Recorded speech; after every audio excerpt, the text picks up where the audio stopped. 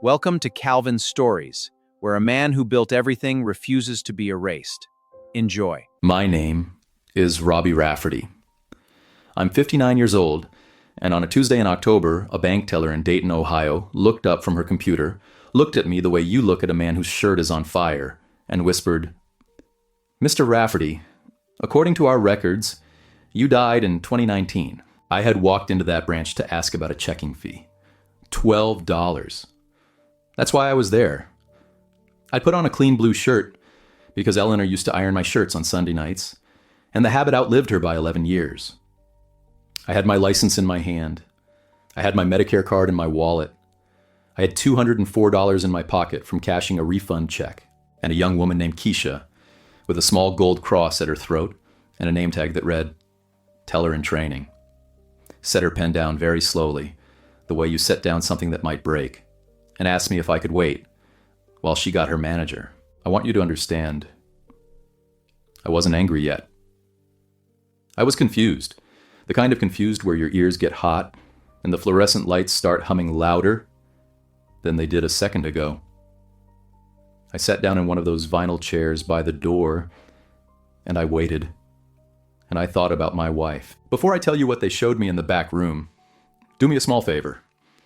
If you've ever loved someone who was gone before you understood how much they protected you, hit that subscribe button and leave one word in the comments. Just one. The name of the person you still talk to and nor is always around. This channel is for people who've been to the bottom and learned that some kinds of love don't stop just because a body does. Stay with me. I need to tell this all the way through, because if I stop, I might not start again. To understand what Keisha showed me, you have to go back further than that Tuesday. You have to go back to 1983, when I married Eleanor Hutchins in a Methodist chapel on Salem Avenue with 22 folding chairs and a borrowed cake. You have to go back to 1991, when our son Derek was born. On a March morning so cold, the hospital parking lot was solid black ice, and I walked Eleanor to the door one careful step at a time, her hand on my elbow, her belly between us like a third heartbeat. I was an electrician. Local 82, IBAW. 36 years on the books. I wired hospitals and high schools and the back rooms of grocery stores. I came home with my hands stiff and my forearms speckled with little burn marks from solder. And Eleanor would put a plate in front of me without asking what I wanted, because after a while she knew. Meatloaf on Mondays, pork chops on Wednesdays, fish on Fridays, even though we weren't Catholic, because her mother had been, and some habits cross over. Derek grew up in our 3-bedroom ranch on Cornell Drive, the same house I'm telling you about now, the same house I haven't sat in for 4 months. He was a quiet boy who became a loud teenager who became a charming man. He had Eleanor's eyes and my hairline. He learned to ride a bike in the driveway with me running behind him, holding the seat, until the day I let go and he didn't notice. Until he was halfway down the block. I gave him everything I had. I want to be precise about that, because precision matters now. I gave him a college fund I started the year he was born, $43 a week into a passbook savings account. And by 2009, there was enough in there to pay his first 2 years at Sinclair, plus a used Honda Civic.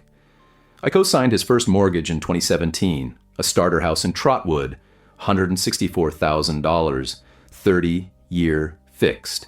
I never asked him for a dime. Eleanor made me promise, the night before her surgery in the spring of 1414, that I would always protect our boy.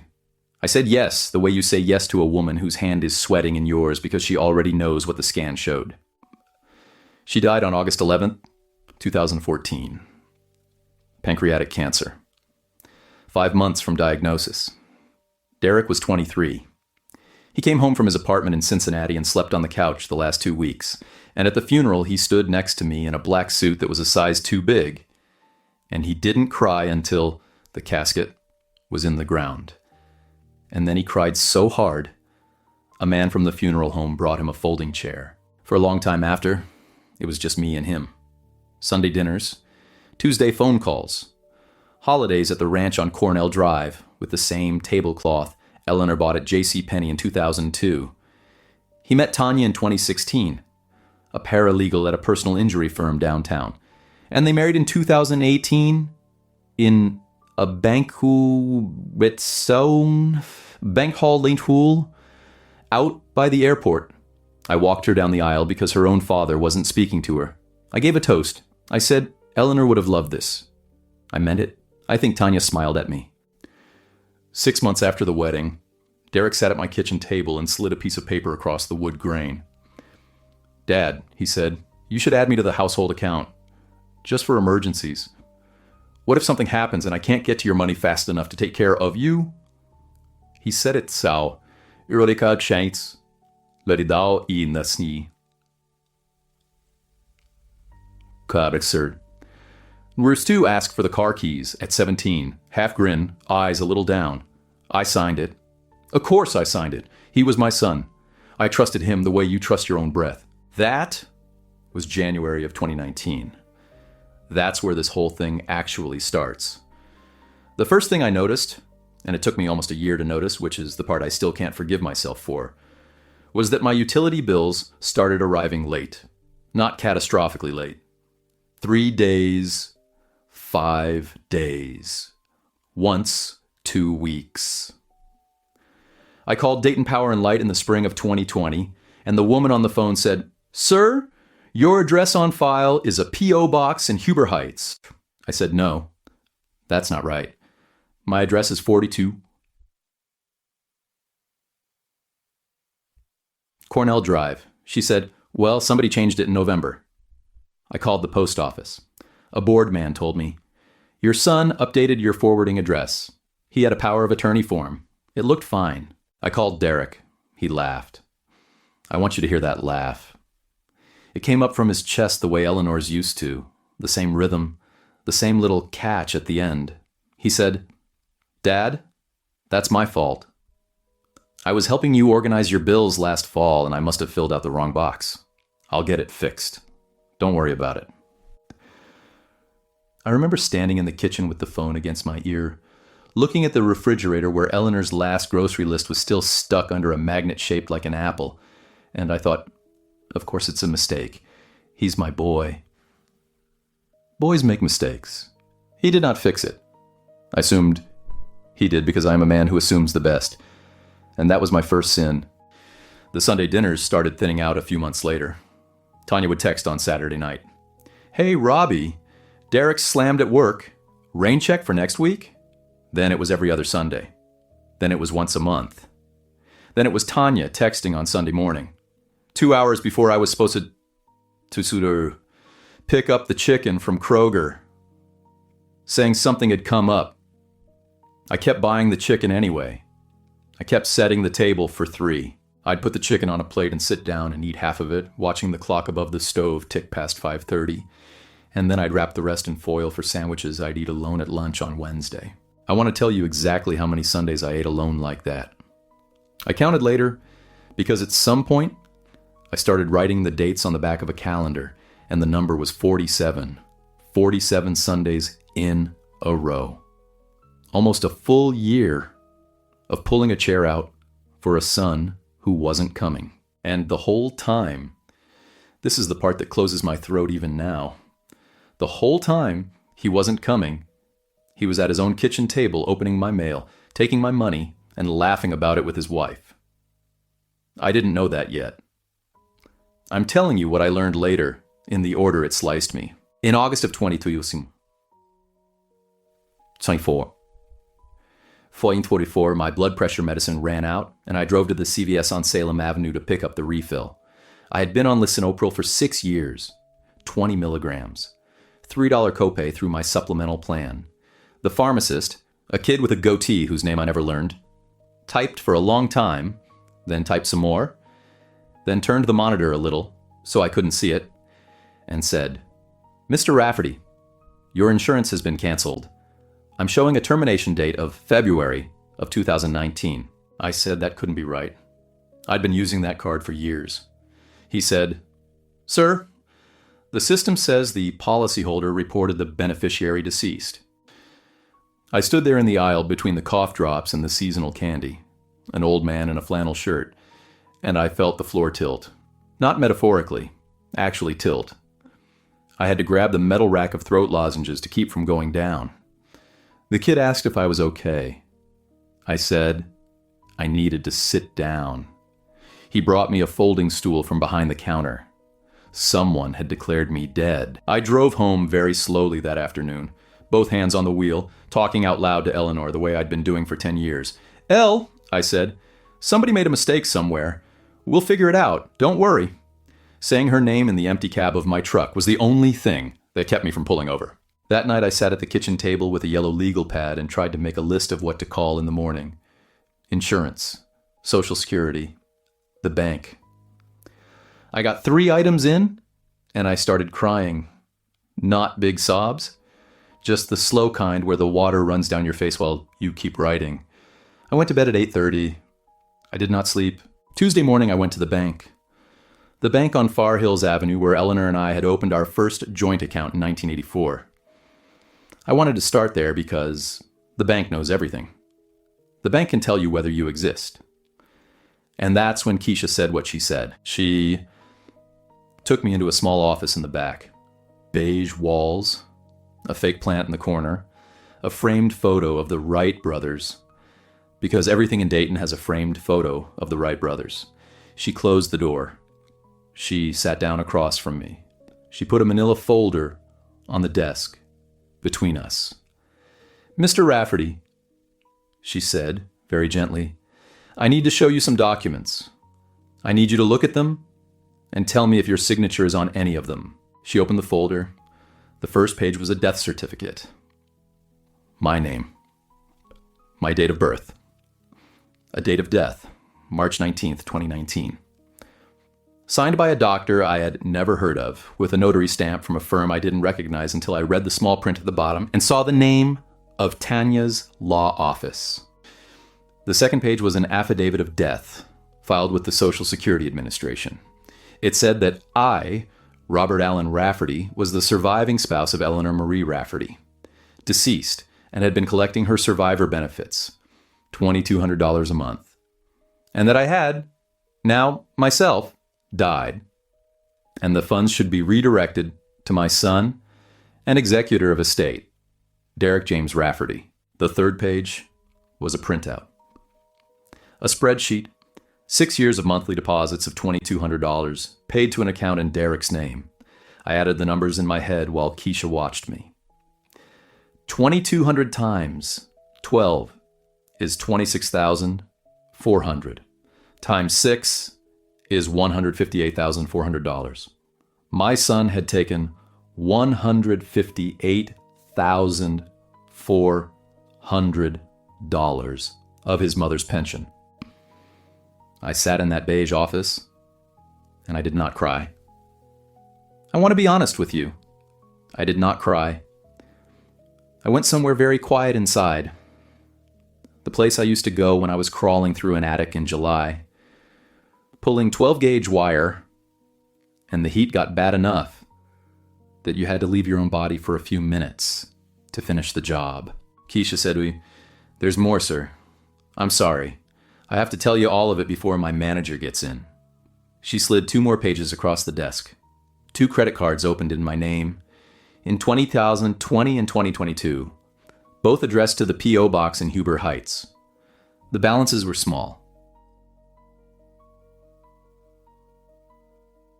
$2,000 $2,000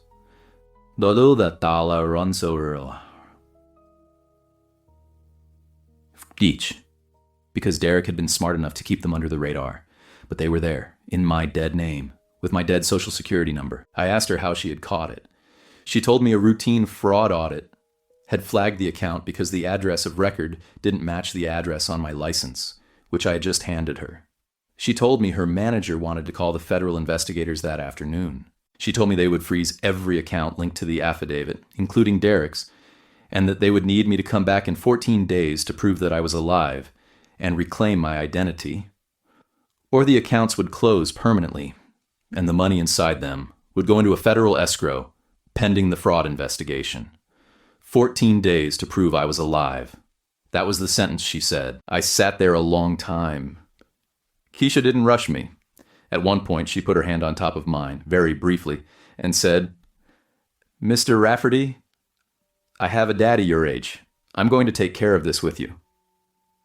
Okay? And that's the moment, if you want to know. That's the moment I almost broke. A stranger, younger than my son, putting her hand on mine and calling me sir. I left the bank around 11:30 in the morning. I drove home. I sat in the truck in my own driveway for a long time, looking at the house Eleanor and I had bought in 1989 for $68,000, and I picked up my phone and I called Derek. He answered on the third ring. Cheerful. Easy. "Hey, Dad, what's up?" I said. "Derek, I just came from the bank." There was a pause. Not long. Maybe 1 second. Long enough. He said, "Oh, yeah, Dad. Listen, I was going to tell you. Mom would have wanted me to manage the money, you know. You know you're bad with finances. I was just protecting your assets the same way she'd have done it." And in the background, very clearly, I heard Tanya laugh. It wasn't a mean laugh. It was the laugh of a woman who's been told a joke she already knows the punchline to. It was the laugh of someone who had been in on it from the start. I did not yell. I did not curse.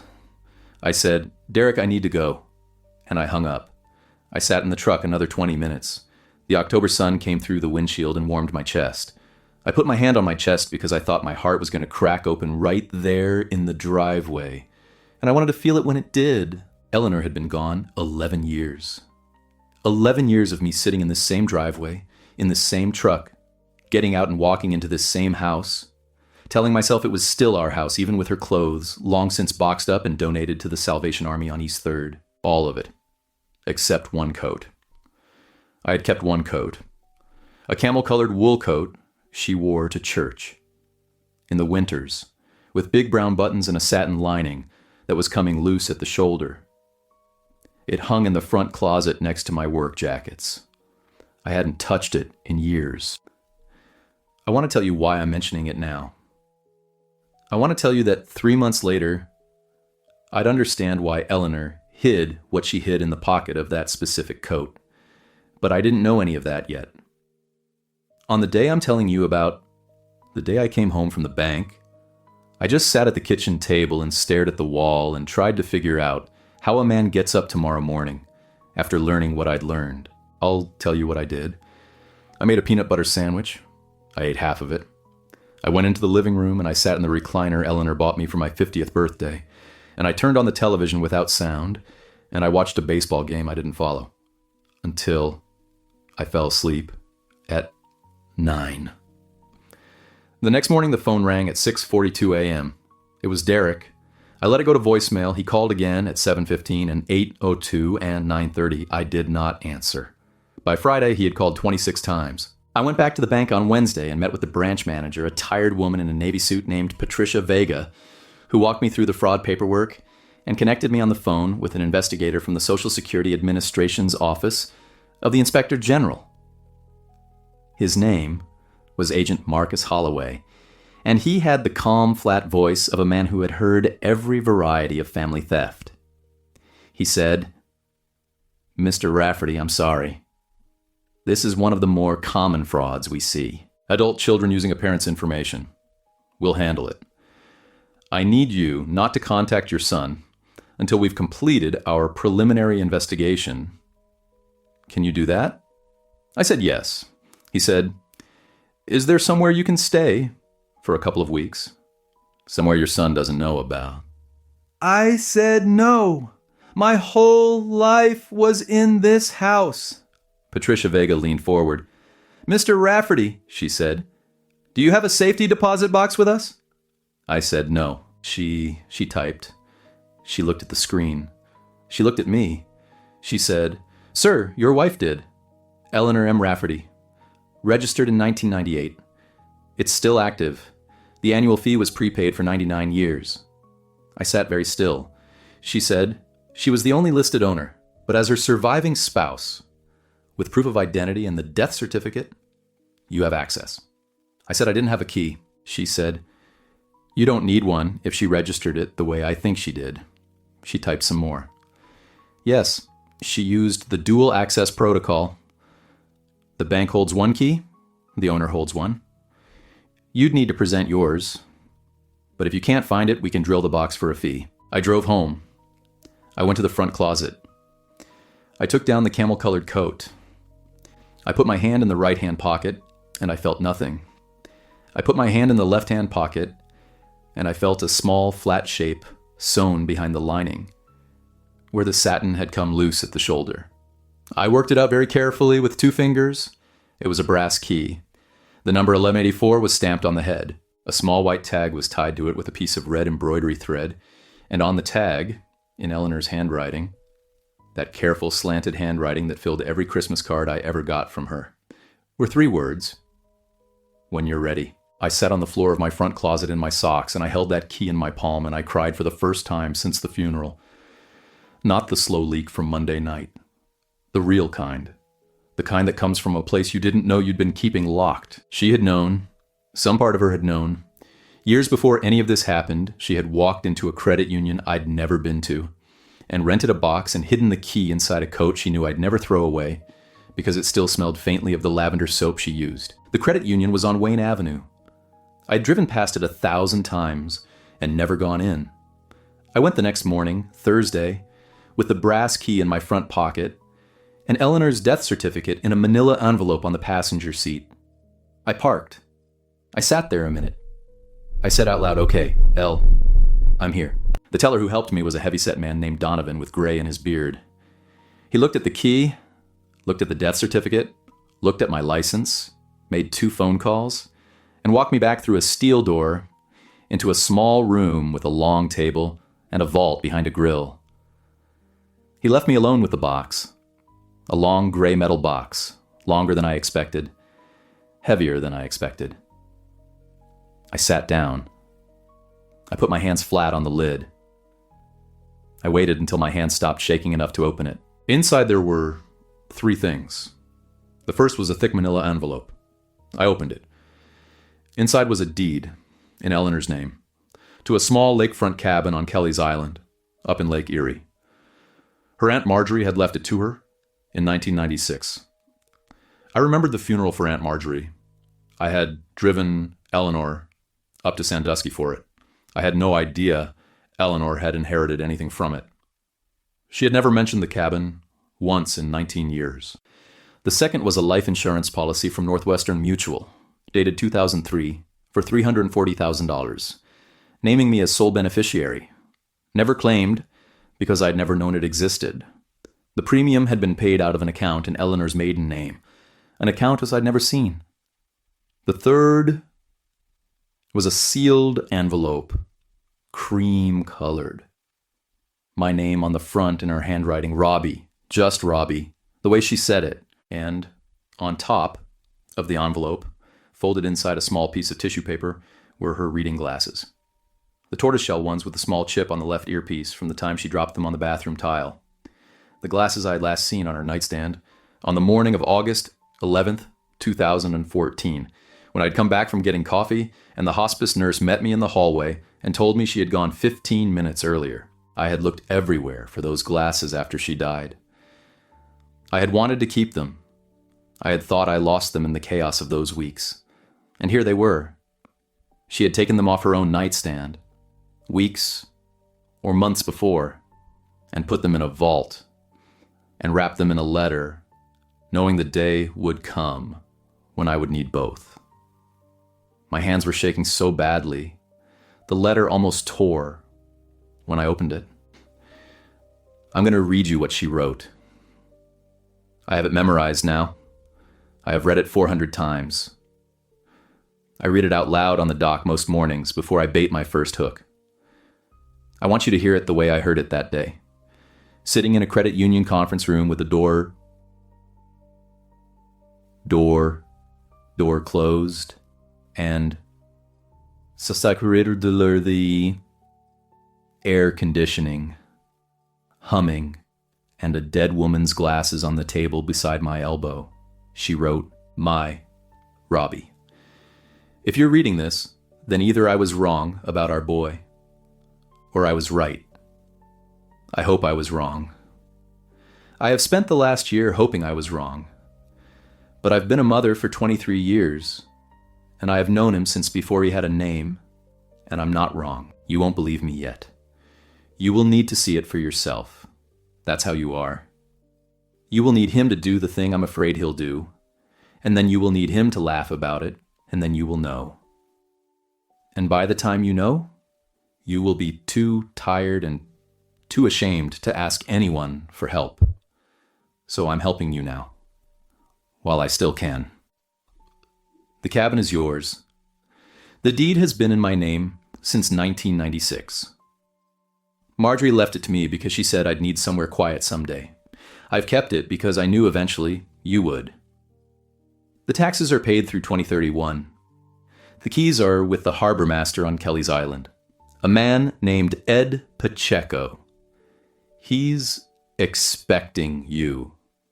He has been expecting you for years. The insurance policy is yours. I took it out in 2003 when Derek was 12, and I caught him taking $40 out of my purse and lying about it. I knew then. I should have done more then. I'm sorry I didn't. The money won't fix what he became, but it will buy you the freedom to walk away from him without having to ask anyone, including him, for a dime. Robbie, listen to me now. I want you to remember some things.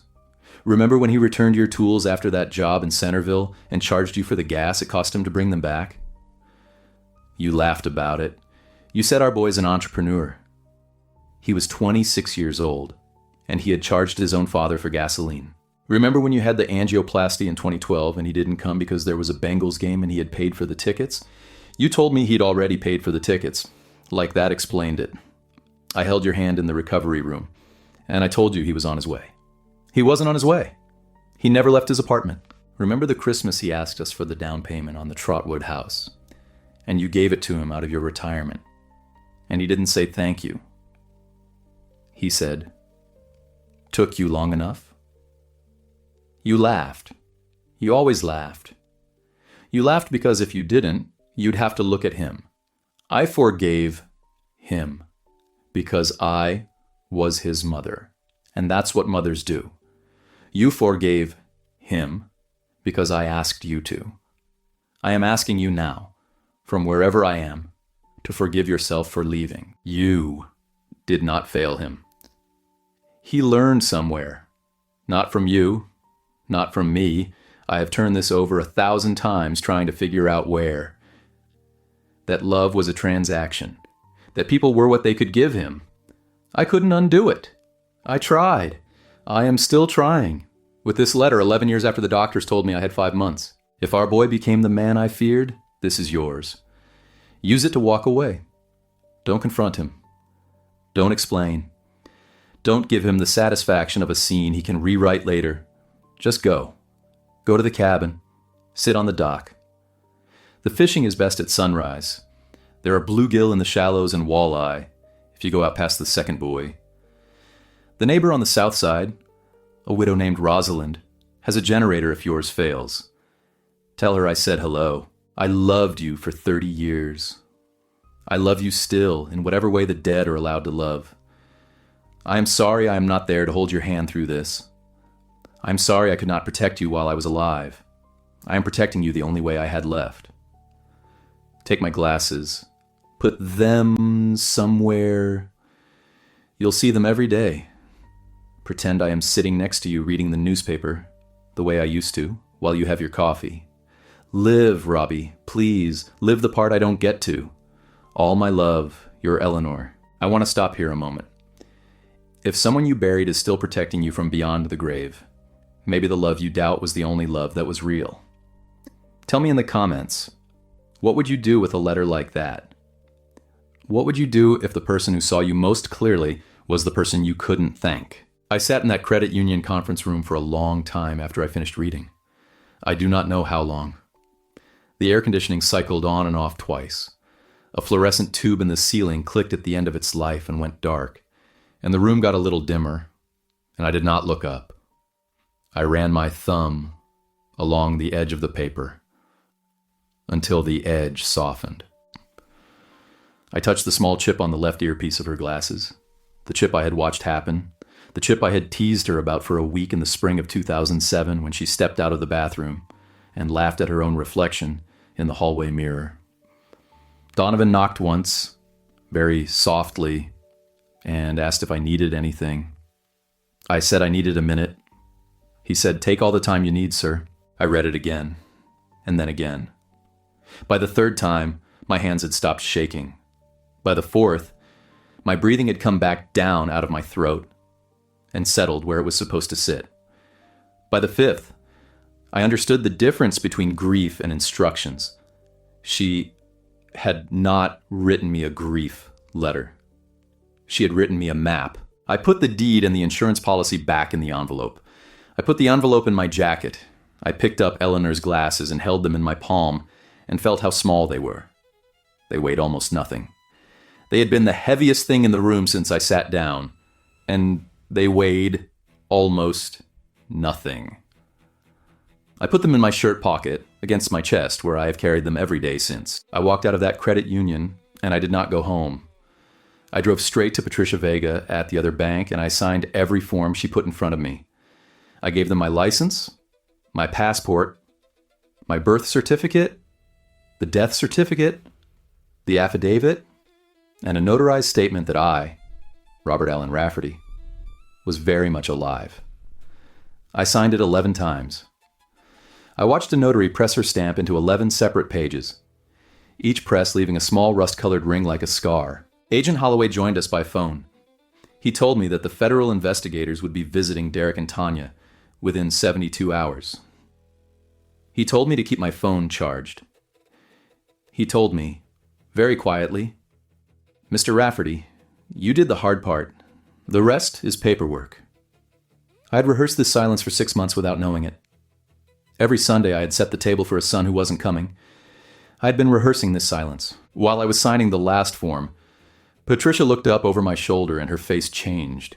The blood went out of her cheeks, the way blood goes out of a man's face when he hears a number he did not want to hear. She said very quietly, "Mr. Rafferty, your son just walked into the lobby." I didn't turn around. I heard him before I saw him in my head. The voice from the kitchen table phone call, cheerful and easy. "Hey, Pop?" Carrying across the lobby. Then louder. "Has anyone seen my dad? Older gentleman? Blue shirt?" Then the slow, theatrical worry he had used since he was 9 years old when he wanted a teacher to feel sorry for him. "He's been having some memory issues. I just need to take him home." I said, "Is there a back door?" Patricia did not answer with words. She closed the folder. She stood up. She came around the desk and put her hand on my elbow the way Eleanor used to when we crossed a parking lot in the rain. She walked me out herself, through the employee corridor, past a break room with a microwave humming, and a coffee pot half full, and a yellow post-it note on the cabinet that said, "Birthday cake Friday, don't forget." Out into a small parking lot behind the building where 2 dumpsters sat against a brick wall, and a single crow watched us from the top of one of them. She put her hand on my arm and said, "I will handle this. Go." I said, "What are you going to tell him?" She said, "The truth, that his father is not available." I sat in my truck for a minute before I started it. My hands were on the wheel at 10 and 2 like a teenager taking a road test. I could not feel my fingers. I could feel Eleanor's glasses against my chest through the cloth bow. Sulfur.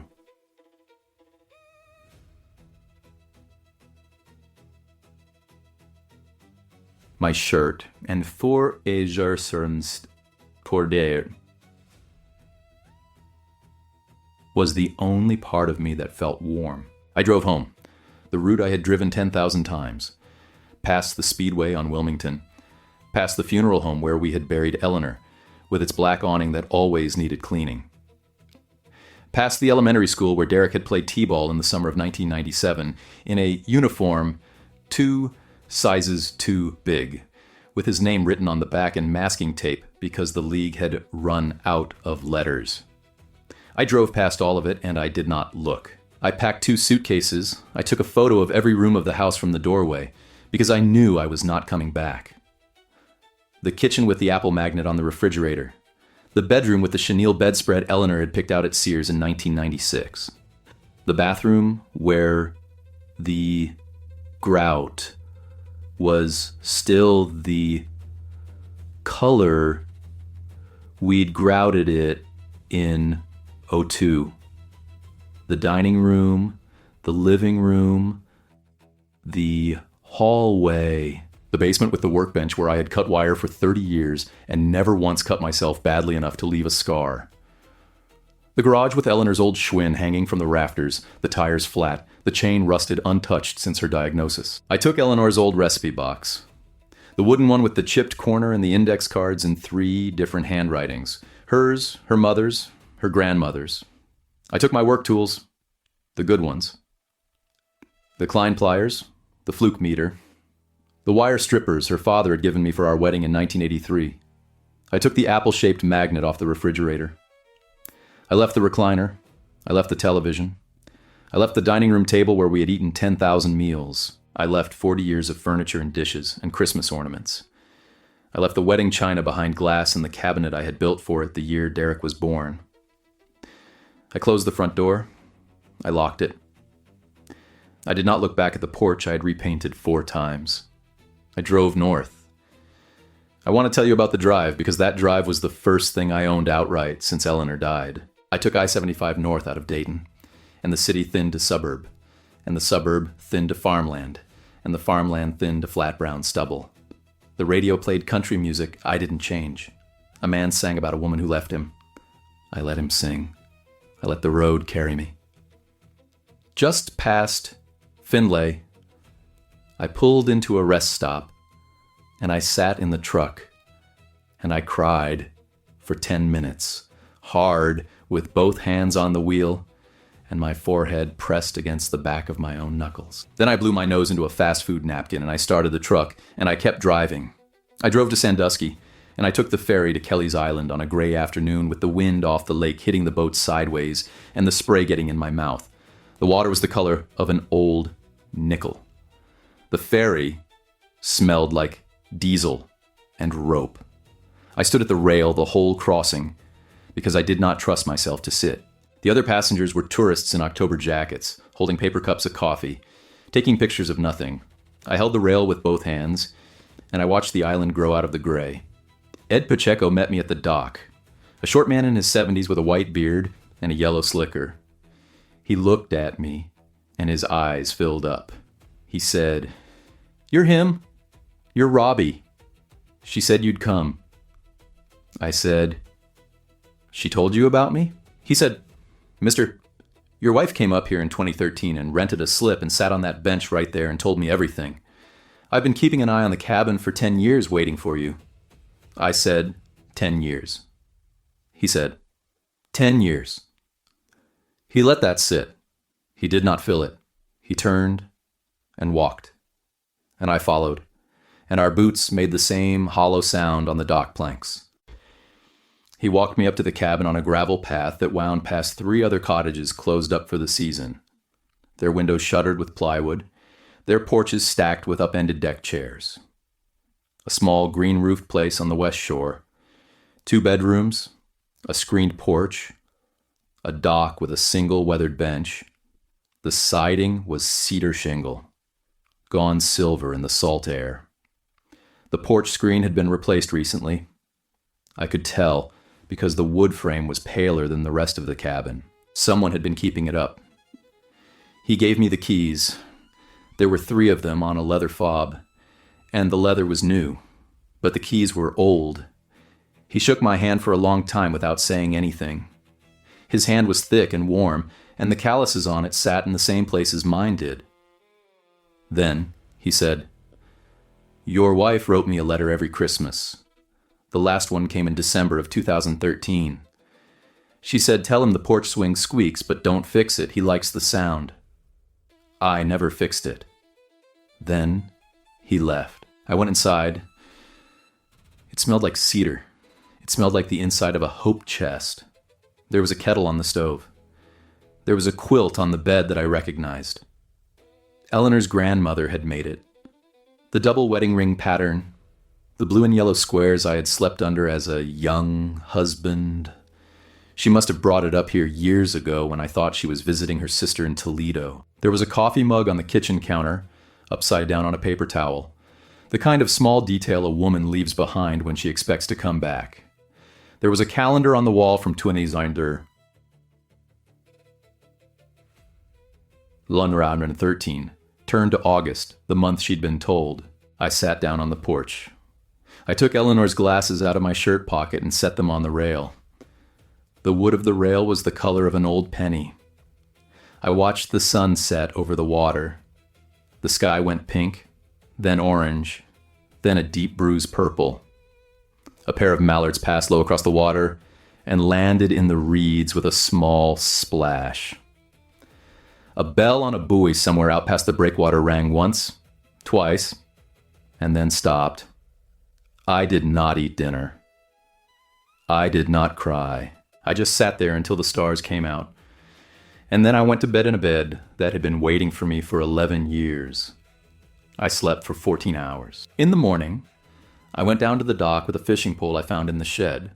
The shed had also been waiting. There was tackle, in a tackle box marked R in black marker.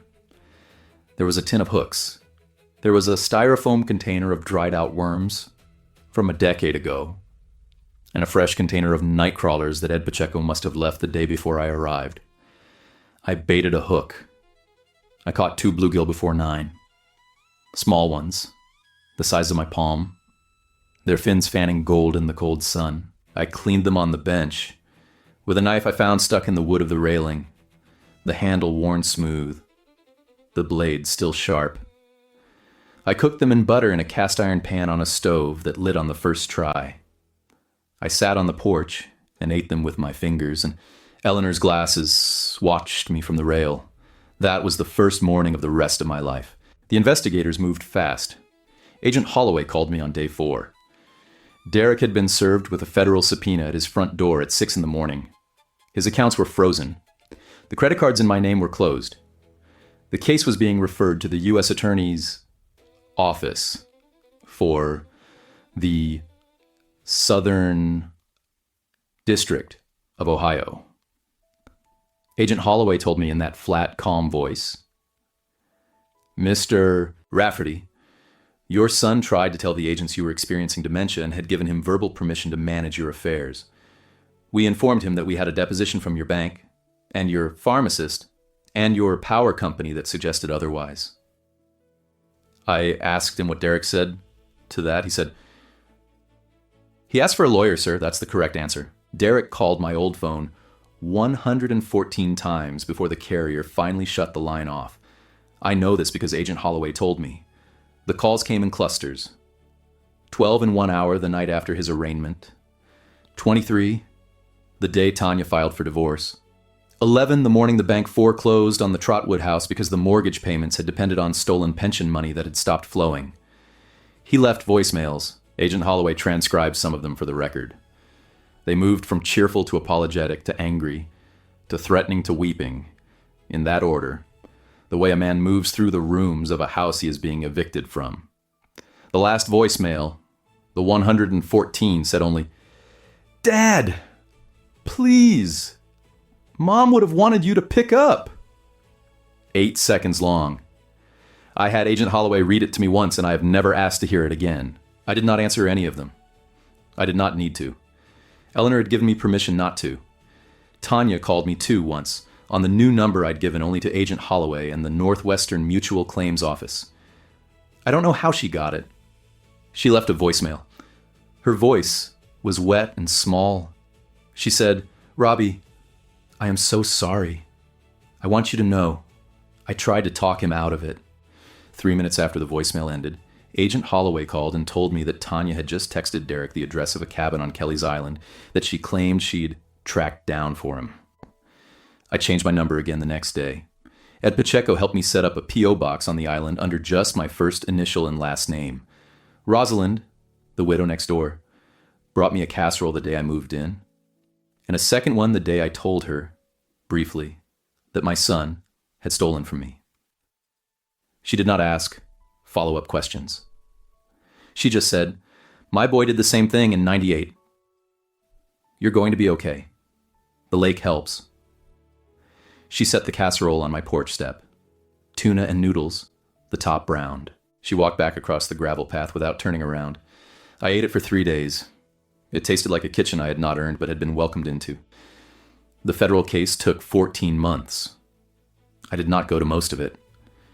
I gave my deposition by video from a lawyer's office in Port Clinton, sitting at a long oak table in front of a camera the size of a deck of cards, with a flag of Ohio behind me, and a glass of water that I never touched. I sent documents through Patricia Vega. I let the system do what the system does. Derek pled guilty in the end. 22 months in federal prison, plus restitution. At sentencing, I watched the recording later, alone, with Eleanor's glasses on the rail. He stood up in his blue suit and told the judge that his father had abandoned him. That his father had left him to face this alone. That his father had taken his mother's death harder than anyone realized and had become cold and withdrawn. He cried while he said it. The cry was almost good, almost the cry of the boy from the funeral, the one who needed a folding chair. Almost, but not quite. The shoulders were wrong. The hands were wrong. He had practiced it in a mirror. The judge, an older black woman named Honorable Yvonne Davies, listened all the way through. She let him finish. Then she paused for what I later counted as 11 seconds. 11 seconds of silence in a federal courtroom is a very long time. The court reporter stopped typing. The bailiff shifted his weight from one foot to the other. The microphone picked up the hum of the fluorescent lights overhead. She picked up a piece of paper. She said, "Mr. Rafferty, your father's attorney has submitted into the record a letter from your mother, written 3 months before her death in 2014. With your father's permission, I'm going to read a portion of it." She read Eleanor's lines about the tools, about the angioplasty, about the down payment. She read them slowly. Her voice did not waver. She read the word entrepreneur, the way Eleanor had spelled it, with quotation marks around it that you could hear. Then she looked up over her glasses at my son, and she said, "Mr. Rafferty, it appears your mother knew exactly who you were, and she made arrangements accordingly. I am not inclined to find that your father abandoned you. I am inclined to find that your mother saved him." Derek's face crumpled on camera, the kind of crumple where the jaw goes first, and the eyes go second, and the shoulders go last. He said something. The microphone did not catch it. The court reporter typed, "Inaudible." I watched it once, and I did not watch it again. I have been on Kelly's Island for over a year now. 14 months and 9 days, if you want the number. I get up at 5:30. I make coffee in a French press Rosalind gave me for Christmas. I grind the beans by hand in a small wooden grinder with a brass crank that sounds like a clock being wound. I take the coffee out to the dock in a tin mug that holds the heat. I put Eleanor's glasses on the rail. I bait a hook. I cast. I sit. The line goes out across the water and disappears, and the bobber rides the small swells like a thing that knows how to ride. The sun comes up over the water in pinks and grays, and sometimes in October, a deep orange that turns the whole lake the color of a struck match. I caught a 5-pound walleye in April. 5 pounds, 2 ounces on the scale Ed Pacheco brought down from the harbor master's shed. The fish came up out of the water with the sun behind it, and for 1 second it was the most beautiful thing I had ever seen. I told Eleanor about it out loud. I told her every detail. The way the line had gone tight slow first and then hard. The way my reel had whined. The way I had stood up too fast and almost put my back out. I thought I heard her laugh. The way she used to when I came home with a story. The wind comes off the lake in the mornings, and it sounds like a woman exhaling. I have started a small garden behind the cabin. Tomatoes, peppers, a row of green beans Rosalind talked me into. The deer eat half of it. I let them. There is enough. I'm telling you all of this because I want you to understand something I learned, and I want you to hear it before you have to learn it yourself. I used to think the people who showed up the loudest loved you the most. The ones who sent the cards, the ones who made the toasts, the ones who told you at funerals and weddings how much they had always loved you. I was wrong. The loudest love is usually the cheapest. The real love is the love that does the math before you know there's an equation. The real love is the love that opens a safe deposit box in 1998 because it already sees 2024 coming. The real love is quiet. The real love prepares. I used to think forgiving meant forgetting. I was wrong about that too. I forgive my son in the sense that I do not carry him on my back anymore. I do not forget what he did. I do not pretend he did not do it. Those are two different things. Love and trust are two different things. You can love someone forever and trust them never again, and you will not be a hypocrite for it. You will be a survivor. According to the Department of Justice, elder financial fraud committed by family members costs older Americans more than $28 billion every year, and only about 1 in 44 cases is ever reported. I was almost one of the 43. A young teller at a bank saved me from that statistic. Her name was Keisha. I sent her a thank you card with a check for $500 inside. She mailed the check back with a note that just said, "Mr. Rafferty, that's not why I did it." I framed the note. "It's on the porch above the door. This is where I'll leave you for now." From a small green-roofed cabin on Kelly's Island, with a pair of tortoiseshell reading glasses on the dock rail, a fishing line in the water, and a letter in my pocket that I have read every morning for over a year. One brass key sewn into a coat I almost gave away, one sealed envelope that crossed 11 years of silence to find me, and one pair of glasses on a wooden rail that watches the sun come up beside me every morning like the woman who used to wear them. If you have a letter somewhere that you haven't opened, or a phone call you haven't made to the only person who ever really saw you, do it before the chance gets taken from you.